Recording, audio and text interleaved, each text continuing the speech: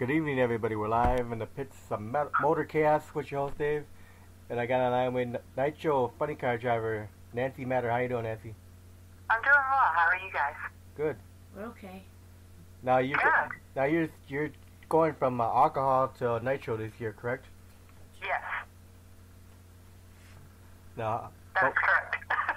now what made you decide to move over to nitromethane? Well, first of all, thank you so much for having me on the show because it's quite an honor, and there's a lot of people that have been, logging on or getting registered and all that stuff on the speaker website. So thank you guys very much. The transition from alcohol to nitro, I've wanted to drive a nitro car for a really, really long time. And we fund everything ourselves for the most part. We have sponsors here and there. And this opportunity came up to acquire a Nostalgia Nitro funny car. And we kind of looked at each other and said, why not? Let's make a change and see what we can do. Now, so that's how it happened. Now with the top alcohol funny car, how long were you driving that one for? Since 2005. So when did you first get your funny car license? I got it in 2003, I believe. And who did you get your license from? Well, I was driving a Super Comp car already, and I went to Holly School, Frank Holly School, and did, I don't know, I guess I did 5 passes, but I still didn't have my license. So I realized I was already going to drive a funny car at that point, so bought my own car, and actually Dwayne Shields, Roger Bateman, Mike Strasberg, Frank Holly, Mike Rice, I think that was it. Those are the guys that signed my license. Okay. Now, when did your whole drag racing career begin? What year? As a career, per se, or how I started in drag racing? Yeah, how did you get started in drag racing? My biological mother and her husband drag raced. Okay. And so I worked at NHRA when I was like 12 years old and grew up around the track with Lou Gasparelli and Vicky Gasparelli. They actually introduced me to racing. The very first funny car I ever sat in, I was about 4 or 5 years old, and it was Larry Fullerton's Trojan Horse out on the West Coast. And when I started, going to division races and bracket races and Lions and San Fernando and Orange County and all these races, somehow I ended up migrating over to funny car even before I met Lou and Vicky. And then when I met Lou and Vicky, I was like their rent-a-kid crew person, and I was only about 13 years old. So I did all of Louis' parachutes, his fuel. I rode in the car to the staging lanes, rode in the car after the staging lanes, and sat in the stuck in the chaparral trailer. So it kind of grew into a very huge passion at that point, and I was very young and did that until I was about 19. Nancy, when you say biological mother, what do you mean by that? Were you separated from your mother? No, we became estranged at a certain point. My biological father lived in Washington, D.C., and I didn't even know I had a biological father. So I have to separate that because I have a stepmom and then a biological mom. Okay. Because usually when kids refer to their parents, they refer them to mom and dad, not biological. Right. But I have to separate it. Yeah, okay. I was just trying to get a better understanding. Well, I'm sorry you lived that kind of life. I'm sorry you lived that kind of life, but at least you're an adult now. Do you have your own kids? Oh, sure I do. Okay, you're a senior. Yeah, I love them dearly. See? I have two kids. My daughter is Jamie. My son is Ryan. My son is a musician, and my daughter has 2 children, and she's married. Oh, and love them all to death. Love them. Oh shit! You're a granny already. I have been a grandma for 13 years. Thank you very much. Oh. A long time. I was very young when I had kids, and my daughter was very young when she gave birth to Veronica. Oh, so. Excuse my language, but shit. Holy shit. You sound I shit you not, you sound like 36. Well, that's cool. I like that. That works for me. So I'm not that much older than that, but I got a little more age than that, but not much. So, I believe you. It's all good. I believe you. Dave, continue. Now is the family involved with the drag racing? No, it ended up being kind of better that we don't. My kids, I never told my kids about going to the drag races. I never shared any of that with them. My kids only knew me as a music engineer and working and building a career that way and having all these artists, working with all these artists. So they really didn't know that I had experienced that when I was young. And when I got divorced, I got reintroduced back into drag racing. And all of a sudden, the whole world opened up. And many of the people that I had grown up with, they were still drag racing. So Steve Gibbs and, his daughter Cindy Gibbs, obviously Dale Poldy and Valerie Farrell, Dan Horan, Jimmy Scott, so many people, Don the Snake Pardome, Tom the Mongoose McEwen, Billy Meyer, all these people that I knew as a kid were either still racing when I got back into racing, or they were still affiliated with racing. So for me, it was kind of like old home week to go back to the races and all of a sudden be back into the thicket of NHRA. And I never told anybody who I knew or what I did, or, because to me it was moot point. I was kind of back, I felt kind of back home, kind of like the circle of life. So people found out, but it wasn't because of me. Okay, now, let me ask you, what artists did you work with in your music career? I worked with a lot of them. I worked with, I worked with Run DMC, I worked with Peter Gabriel, I worked with Phil Collins, I worked on Lion King, I worked on Little Mermaid, I worked on Aladdin, I worked with Mannheim Steamrollers, I've done a lot of soundtracks. Wait, Run Christina DMC? Aguilera, I think I already said that, Kid Rock, Sarah McLachlan. Wait, Run DMC? Run DMC? That's so cool. Yeah, apparently he's going to be, I did the album Check Slugs and Rock and Roll, and there was a history behind that song because he found out that as an adult that he was adopted. So him and Sarah McLachlan did a version of Cats in the Cradle because she found out that she had been adopted too. So I actually mastered that song. I worked on the back end of it and did the mastering of it. So it's pretty cool. Yeah, that is cool. Oh, and I worked with Ray Charles and Slash, too. Can't leave them out. Those guys were awesome. That's cool, Slash. I've interviewed, Jesus Christ, bands all over the world. Rodney Christ, Milk Cash, Exodus, DRI, shit, Queensryche, Saxon. Dave was just on air with drummer for Saxon because he lives in Texas, Nitro. Yeah, I was listening to the interview.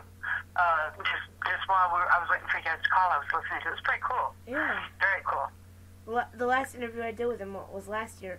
Me and him talked about food a lot. It was like a 3-hour interview last year when I did an interview with Nitro. Yeah. We were talking about buttered chicken, Indian food, Middle Eastern food, gyros, hummus, all that shit. That's cool. Yeah. I love culturally diverse. That's pretty cool. Well, yeah, I am culturally diverse. I'm Greek, German, and Assyrian. Assyrian. There's a difference. Do you find that certain personality or certain traits come out at different times? No, it's all the same because I was born here. It's just all the same because my family's been here since the 1850s. It's just because there's different cultural foods, in it. And my family had restaurants for like 100 years, whatever. See, when I say Assyrian, it means Assyrian. Ancestors originated from Babylon, not Syria. Syria is a totally different country. Syrians are Muslims. We're Christian. That's interesting. All the Christians from Iraq were killed off. Really? Yeah. That's sad. That's how the whole war started and all this shit. The Mideast shit and all this terrorist shit. I just hate this shit. So anyways, now, do you have your schedule already set up for this year for racing? No, we don't. And the reason why is because, obviously, we ran our alcohol car from 2005 until 2016, finally said, you know what, let's take a break for a little while. And I had a little break here and there, you know, a couple of years here, a couple of years there. And we just went back to work and kept working and doing what we were doing. And the opportunity for this Nitro car came up. So we saved our pennies, and we have a business partner whose name is Charlie Ford, who has invested quite a bit of money into this car. He would probably kill me for saying that, but it's the truth. And we are gathering our parts. With the alcohol car, we have 12 years worth of parts. With the Nitro car, we have warm up and maybe a couple passes.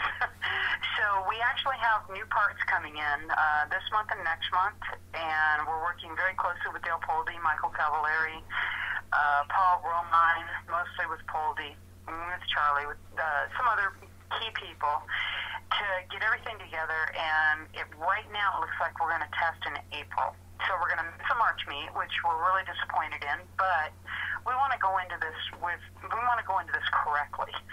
It's a little bit different of a deal than the alcohol car. And I'm going to miss a lot of my NHRA friends, but I'm still going to see a lot of my NHRA friends through our foundation and, you know, doing what we do there. But, you know, we'll just see what happens. Well, the car looks beautiful. I love it. Thank you. You're welcome. Thank you.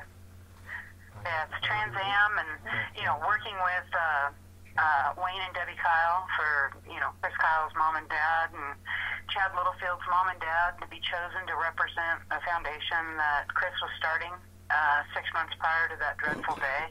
It's really an honor, and we try to do as much as we can to give back to the foundations and to our veterans.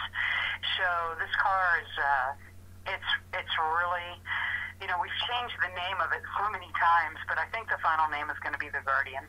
Guardians Even though for it's Angels? Guardian for Heroes, and it's, you know, a very military type presentation, but I think the car is going to be named the Guardian. Well, that's cool. At least you're supporting the vets. That's good. Yeah. That's good. I like hearing that.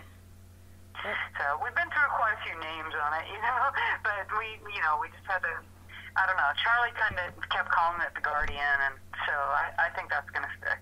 So. The Guardian, man. If I could think of a cool name, I'll tell Dave to send it to you, because cool. I come up with cool shit all the time. Yeah, see, we went through CC, which was Chris Chad. Like, because at first I was like, well, you know, call it CC. Because my alcohol car is called Scarlet, and that's because she has so many scars.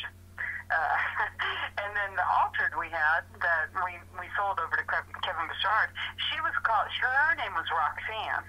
Why, I don't know, but her name was Roxanne. So this car, she's gone from CC to the Dragonfly, the Texas Dragonfly, and now to the Guardian.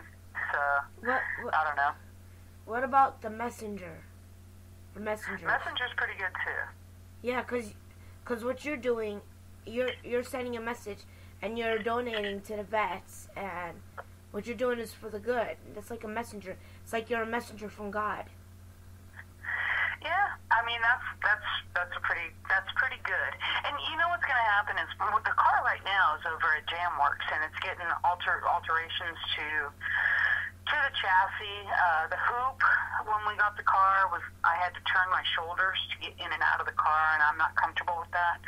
So we had a bigger hoop made for it. Now he's readjusting how my feet go in the car.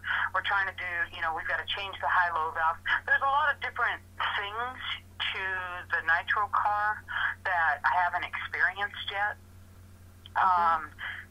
In fact, when we got the car, I was poisoned by I was bitten by a poisonous spider in my neck on the way back from picking up the car. So everything kind of took about a 2-month hiatus. Did they get the poison out? So now she's up at the chassis shop, and we're getting all this stuff modified and doing all this stuff. And we took the body up there on Saturday, and the hoop that Javid made, it's brilliant. It fit perfect. We had to shape the tin a little bit, fit perfect. So really kind of, you know, we're pretty excited for the knowing, the unknowing of the unknown, and what we're going to be able to accomplish. You know, we're going to be running Alan Johnson heads. Alan Johnson. We're going to be running a lot of Alan Johnson stuff, which we've been wanting to do for a long time in the alcohol car. But everything's just kind of falling into place. It's really cool. Let me ask you, did they get the poisonous bite out of the spider? Do I think what? Did they get the poison out of your neck? Well, I ended up on 25,000 milligrams of antibiotic and a couple of shots over a 3-week period. So it took a while for me to be able to have all my cognitive thinking back and all my repartee, and you know, it was equivalent to being bit by a copperhead, from what I understand. So it was quite the life-changing event. In fact, I'm a beer drinker. In the Midwest, I like beer. On the West Coast, it's something different. But ever since I got bit by that spider and I've recovered, I cannot drink a beer. Cannot do it. Will not do it. It just can't do it.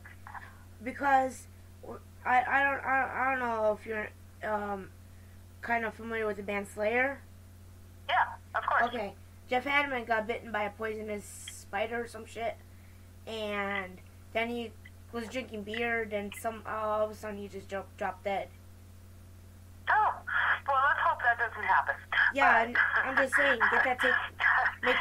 My deal was just that the beer just doesn't taste good anymore.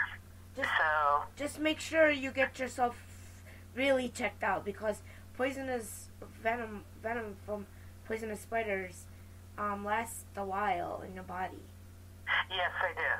And every now and then I still have kind of a deal with it, but I'm on so many probiotics now to counteract the antibiotics, and I'm actually back in the gym and I'm working out, and you know, I put on a little weight from this thing, because I'd come to work, you know, we're self-employed, I'd come to work and I'd be here for an hour and I couldn't even add 1 + 1. I mean, it's pretty serious. It's a pretty serious deal. So wait. And I thought it was just a little bite. Like, oh, I got bit by, I don't know, something, whatever. And 48 hours later, it was a done deal. Nancy, let me ask you. Tell me about the 2 cars you drive. Well, I've got the alcohol funny car, and then I've got the Nitro funny car. Okay. The Nitro funny car, I haven't done any laps yet.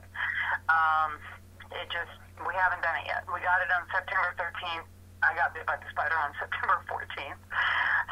But I've warmed it up, and I'm learning an immense amount. And I've got Dale Poldy, who is not only my child, like, I met him when I was a little girl, and then I met him again, and now he is taking us under his wing, and he is my mentor for everything on this Nitro car. So I really can't describe that. But I can describe in the alcohol car. In the alcohol car, there's a certain procedure that you do. You pull up there, and they fire the car, put the body down, and my boyfriend Jeremy goes out in front of me, pulls me up, and I do an East Coast burnout, not a West Coast burnout. So I stop, I pull up the RPMs, and I do my burnout, back up. He stages me.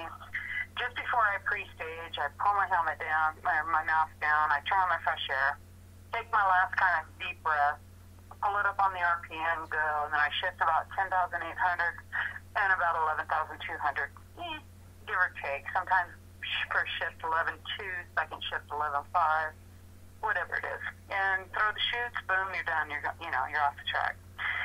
The Nitro car, from what I understand, is that you do not swap feet at the end of the track and push the clutch in. If you do, you re-engage the magneto.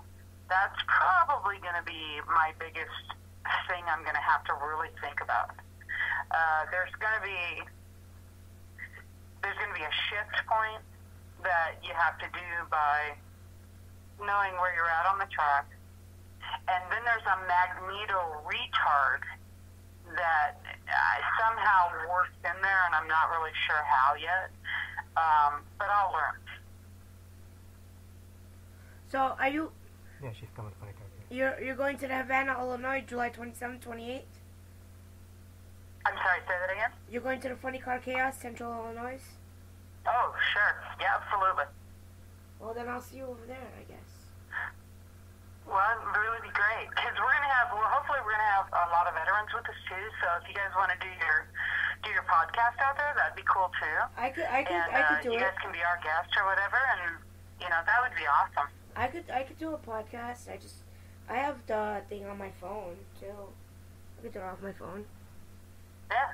Yeah, that'd be cool.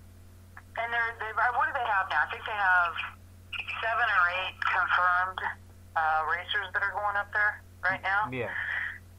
So, it'll be fun. Funny Car Chaos is a really fun event. And, that's how we the one here in Denton, the inaugural one, Dale ended up being there. We ended up buying the car. Mike Morrell was there. Chris Morrell. Obviously, Mr. Explosive, Dick Sanders was there. And Keith Jackson, Les Jackson, the Blue Team, Andy Mears. It was really cool because anybody and everybody could bring their funny cars. And it didn't matter what you did. The vibe of the event was really, really fun. And if it's anything remotely close to what that event was, it's the camaraderie and the inclusion of the fans and the family feeling of all the teams being there together. It was really fun.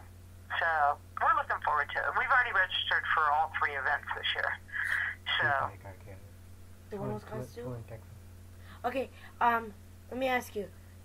Wait, let me say something. Sorry. We've already had Chris Morrell on our show. You have? Yeah. That's cool. And we've had so many drag race drivers on our show. Yeah. John Hale's been on a couple times. Dave, you do this. I know you know John Hale from Texas. Of course I do. I was just over there a couple days ago. That's awesome. We haven't tried his barbecue. We haven't tried his barbecue sauce yet, though. It's really good. We'll have some with us, whether he comes up there or not. He probably will, but we'll have some with us. But those guys all donate their spark plugs to us, so that's kind of cool.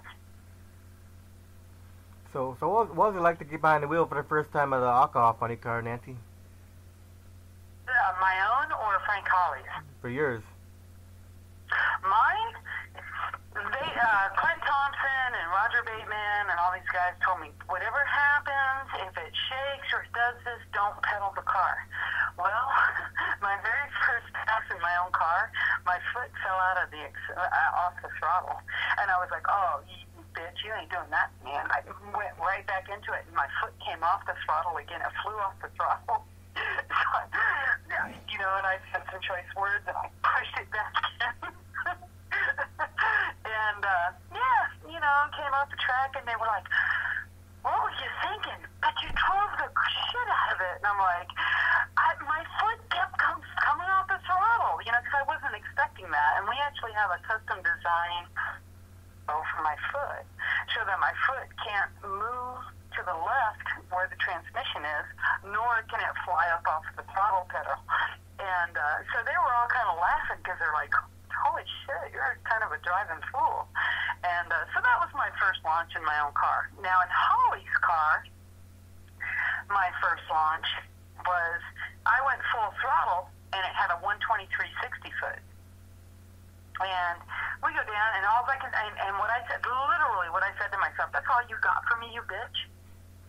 Then we pull off and we go back up into the classroom and he goes through all the students and he looks at me and says, so what do you think your 60 foot was? I said, I think it was about a 123. He goes, how do you know that? I said, this is just like my Super Comp car. And he just looked at me, he goes, you're going to be a really good driver. So the next pass I went out and I did a 101. Oh, damn. 60 foot. So they stepped it up. So the car was set up soft. And, but in my first car, it was, You want to know what I did the first time I launched a dragster? What'd you do? I was at Beckman was my instructor. And this was after a year of trying to get my friend Gary Berg, who was a championship Volkswagen modified eliminator guy that I dated when I was 14 years old, 15 years old, whatever. And Gary was very accomplished. And so I kept trying to get Gary, come on, you got to go back. You got to go back. He didn't want to do it. So I'm like, I'm not going to live vicariously through you. So I get out there to Pomona. I launch the Super Comp dragster, and I let go of the steering wheel. My hands go up in the air, and I'm like, what the F am I doing? Oh, shit! And I grabbed the steering wheel back. I was so... it was a little startling, but I just said, okay, I've paid this money. I've got to do this. I've got to overcome the mental aspect of this. And, Jack took us back in and said, okay, what'd you think? What'd you think? What'd you think? Well, I'm not going to tell him. He scared the shit out of me. So, and there's another gal that said the same thing. She was like, I got to tell him. Neither am I, but I like all the steering wheel. And so then 9 passes later, I had my Super Comp license. So I figured it out pretty quick. But it's not like being on the 405 freeway and doing 110 dodging traffic. It's not like that because you're already up to speed. And you launch, and it's this instantaneous response. And, so yeah. You were only 14 years old then, right? I was actually, believe it or not, I was like, about 30, probably 32, 34. When you first drove with the Nitro Funny? No, I haven't driven the Nitro Funny yet. Oh, okay. First time I sat in the Nitro Funny, I was 4 years old. It was Larry Fullerton Sr. Trojan horse. Okay. My biological mother's husband was on Larry Fullerton's crew out in Van Nuys, California. So how many crew members do you have, Nancy? Well, we're having to kind of gain a few extra because we need a left and right head guy. We've got, I think we're probably going to end up with 6. And then we'll have Dale and Charlie, what about Charlie? He's our CFO. And then Jeremy will be the car chief, and then me. And now you ask her. So, what are your favorite tracks to run on? My favorite tracks? Yeah. I really like Vegas. I like Vegas a lot.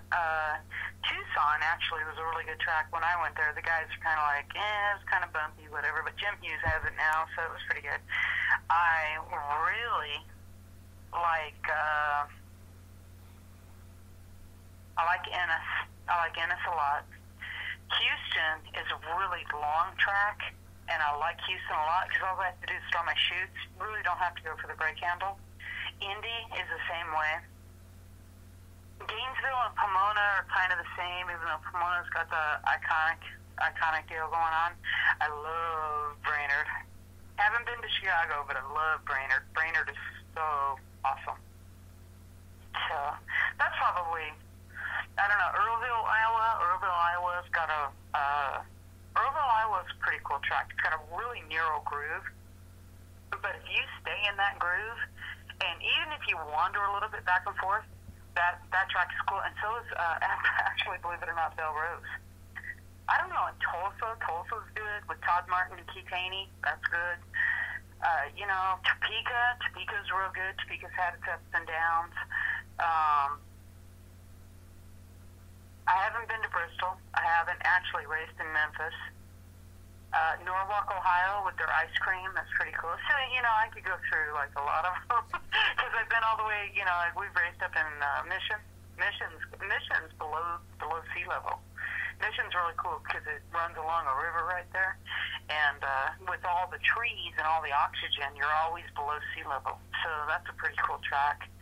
Georgia was cool. They're going to have alcohol this year at Georgia, which they canceled us for years, which is really sad that they canceled Englishtown and they sold the track or did whatever they did. That was a really iconic track, and I really wanted to go there at some point someday.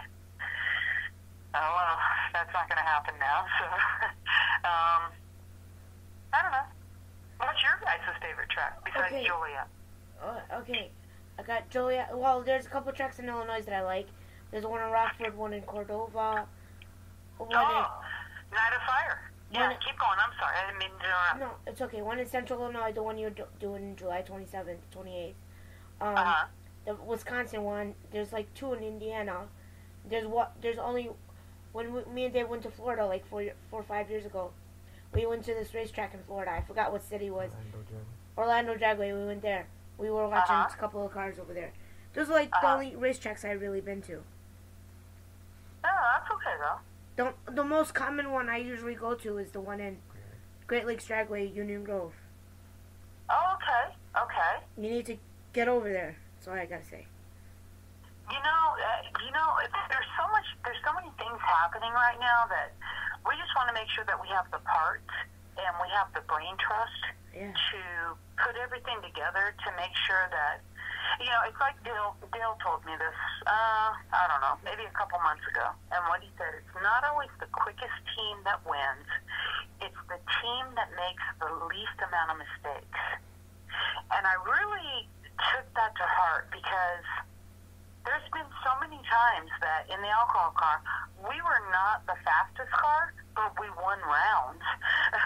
And it's like, it was really bringing his experience with my creativity of, kind of making everything happen. And him and Mikey Cavallari, he refers me over to Mikey a lot to say, what about this? What about this? What can we do with this? And working with Paul Romine, who was in the Army for many, many years, obviously IHRA dragster champion, and just kind of this surrounding of the brain trust, which in the alcohol car, we had, but we didn't have, but yet we had, if that makes sense. And with the information and what Dale has taught me, I can't even begin to describe to you. It's just, the man knows what he's doing. And it's so cool because he's kind of from California, so him and I got the same kind of repartee going with each other. Like I get it when he says something, and I just get it. And it's really kind of nice. I like it. Yeah, that's great. Yeah. So with the alcohol car, what was the quickest run time you've had with it? In Ron's car, I was on a 5:58, and in my car 2:55. Now, when you ran the alcohol car, you only ran quarter mile, or did you do any 8th mile racing? We did some 8th mile. We ended up at Denton over here. We went 367. And then that was like, I was already on the chutes and everything, but then we also went 204 to 8th. So what do you over here at Denton. So which do you prefer? 8th or quarter? Yeah. It's all kind of the same. In the 8th mile, when you got a short runoff, you got to be quicker on everything. When you got a long runoff, see, the thing is with the alcohol cars, I didn't shift until almost half track. So if you short shifted, you killed your ET, you gained more mile an hour, but you killed your ET. So, I would shift and bam, I was shutting everything off here at Denton. So it's kind of, 8th mile racing is pretty stout though. And I didn't know anything about 8th mile till I moved to Texas, because in California, it was quarter mile only until they came up with this 1,000-foot thing. So me learning how to convert the numbers over to the 8th mile was a good learning experience, but it took me a while to figure it out and to compute the time from half track to quarter mile and how much time you gained. Like, you see your increments on your time slip, obviously, but until you really, that's all you see is your 8th mile increments, you kind of, it's just a different kind of educational thinking. Let me ask you, what part of California did you live in? I grew up in Canoga Park in the valley. Where is that in California? In San Fernando Valley, right outside Los Angeles, about 20 miles outside of Los Angeles. Like South California? Yeah, Southern California. Yeah. Okay. Not San Diego, a little bit farther north. But when I had my kids, I lived in Long Beach, and then when I had my career in music, I lived in Burbank. Well, man, I used to live in Modesto, California. That's way north. That's up by Sacramento. Yeah, I know. Yeah, I know you know. California's a big state, man. Yeah. Well, let me ask you. I'm gonna go off the subject for a second. Do you like to cook? I do like to cook. I like to cook more when I have my kids at home. What was your favorite dish to cook? Alright, it's really stupid, okay? Macaroni and cheese you know with what? peas and tuna fish. Wait. You know what? I was talking to Dave today. I'm like, you know what? I'm just going to make something stupid and simple. Mac and cheese. Yeah. But we couldn't find the mac and cheese boxes. So when my son was born, and he was old enough to eat people food, Monday Night Football, what I did was I got home from work and I took him out. This was before I had my daughter, and every Monday night we had mac and cheese, a can of tuna fish mixed in with peas, and that was our dinner. We sat there and watched Monday Night Football and ate macaroni and cheese, tuna and peas. It was like the simplest dinner. Now today, my favorite dish is actually sushi. that's cool. I make my own sushi at home. I make Do you really? I make vegetarian, and I make, but see, the fish is not raw. It's always cooked. I always cook everything. When I make sushi, I cook everything. I can't make raw. Right on. That's good though. And it's healthy. And I find that it's harder in the Midwest to eat more healthy like that. You really have to be in that really strong mindset, because everything out here is, barbecue, especially in Texas. It's barbecue. It's this. It's really fattening food, and it's pretty good, but silly. Hey, it's okay. Let most of America be fat as long as they're healthy. Well, yeah. I don't want to be fat. Hey, it's okay. I'm a little chubby. Dave's a little chubby. We're okay. Like an hour ago when I was looking for mac and cheese, I had mushrooms in the fridge. I opened up the mushrooms. I grabbed pasta. I boiled the pasta. I put the pasta in a pan. Pasta took like about 15 minutes to boil, 12 to 15 minutes to boil. Put the pasta in a pan, threw the mushrooms on top of it, and threw 6 layers of cheese, and threw potatoes on top of it. Popped it in the oven for like 35 minutes, and I just pulled it out. I made mushroom potato casserole. How awesome is that? And I threw cornflakes on top of it. Cornflake cereal. Cornflakes? Did they soften or did they harden? Did you bake them?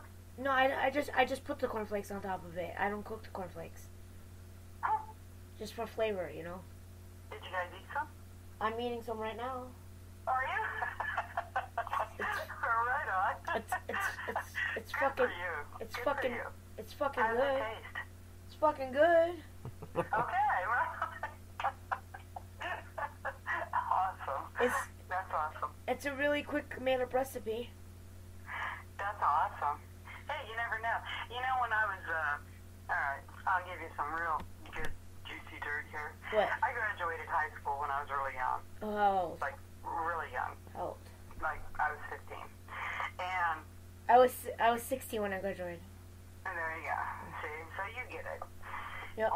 I moved to this little town in Kansas called Columbus, Kansas. Uh-huh.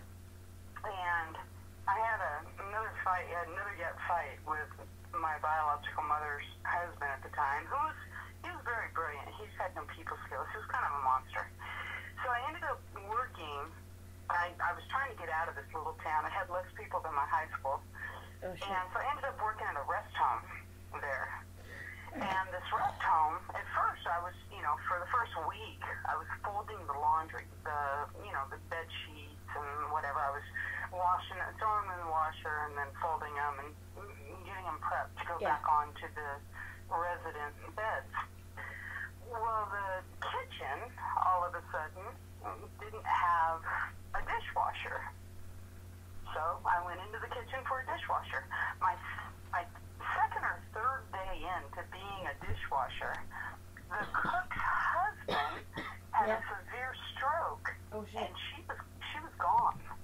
So they take me, and I'm a 15, 16-year-old kid, and they put me in the kitchen, and the very first thing I ever made, and I didn't cook. I didn't know anything about cooking.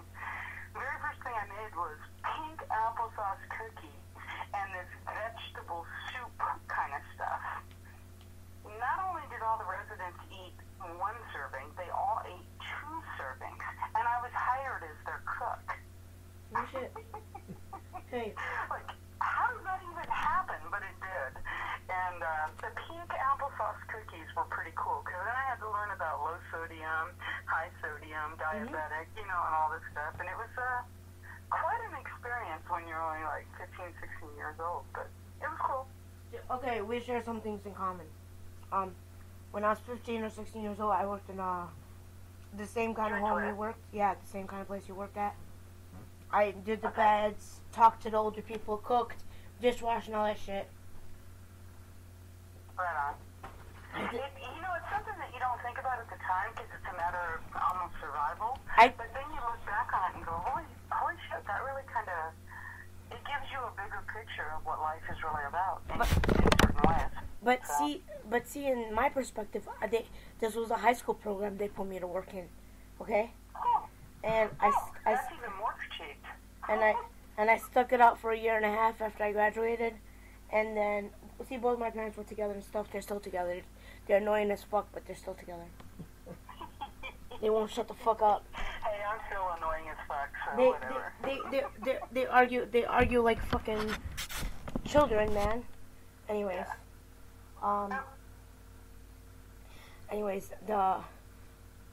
the thing is, when I was 3 years old, I learned how to cook. How'd you learn? At 3 years old? Yeah, my mom taught me. What did you cook? Make tea, warm the bottle, make soup, make eggs. Just do the simple stuff, hot dog in a microwave, or hot dog in a toaster oven. Just simple stuff. Because when I was 3 years old, both my parents were working, and I was stuck with my little sister. She was a baby. She was an infant. She was like a couple months old. And I was stuck to... Oh, no, actually I wasn't 3. I was 4.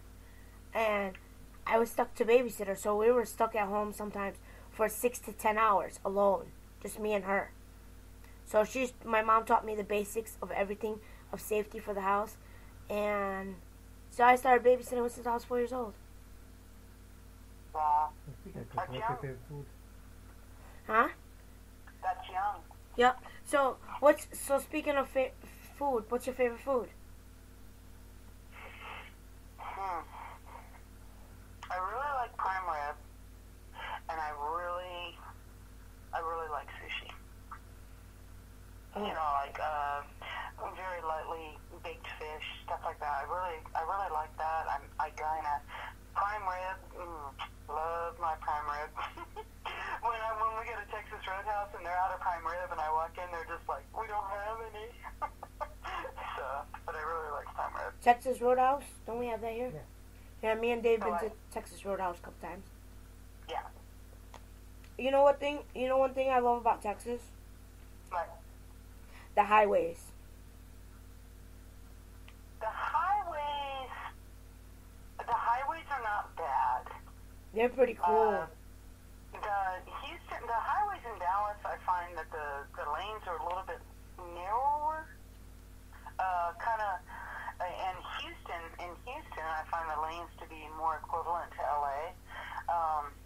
But when you get out in the country, on the pedal. I'm talking about when you're driving from Houston out to Laredo. I've never made that drive. No, we went to Laredo. We stayed there for a couple days. We went to visit some friends. Off the internet. You can go like 85, 90. We did. Yeah. That was fun. And watching those tumbleweeds roll around and shit. Yeah. And I saw a lot of... It's not like I didn't see gophers or coyotes or anything like that in Illinois. I see them in my backyard every freaking day. 1 minute? Yeah. We're less than 1 minute left. Well, what's your guys' weather like that right now? Right now it's like in the 30s, 40s. It's okay. It snowed earlier today that I couldn't go pick up my sister from work. It stopped us from driving because my car's not in a condition to be driving in the snow. Right. Yeah, I don't want to die in the snow. Sorry. Yeah, no doubt. So we have 30 seconds left to the show. Any last words to the fans out there? Thank you guys all so much for coming to the races and supporting us. Please don't forget Guardians for Heroes, Chris Kyle Memorial Benefit, Chad Littlefield, the Kyle family, the Littlefield family, Guardians for Heroes, I just said that, Chris Kyle Memorial Benefit, Racers Igniting Hope, and thank you guys so much for having me on the show. I I'm very, very grateful. And Dale Poldy, Mike Cavallari, my son, my daughter, my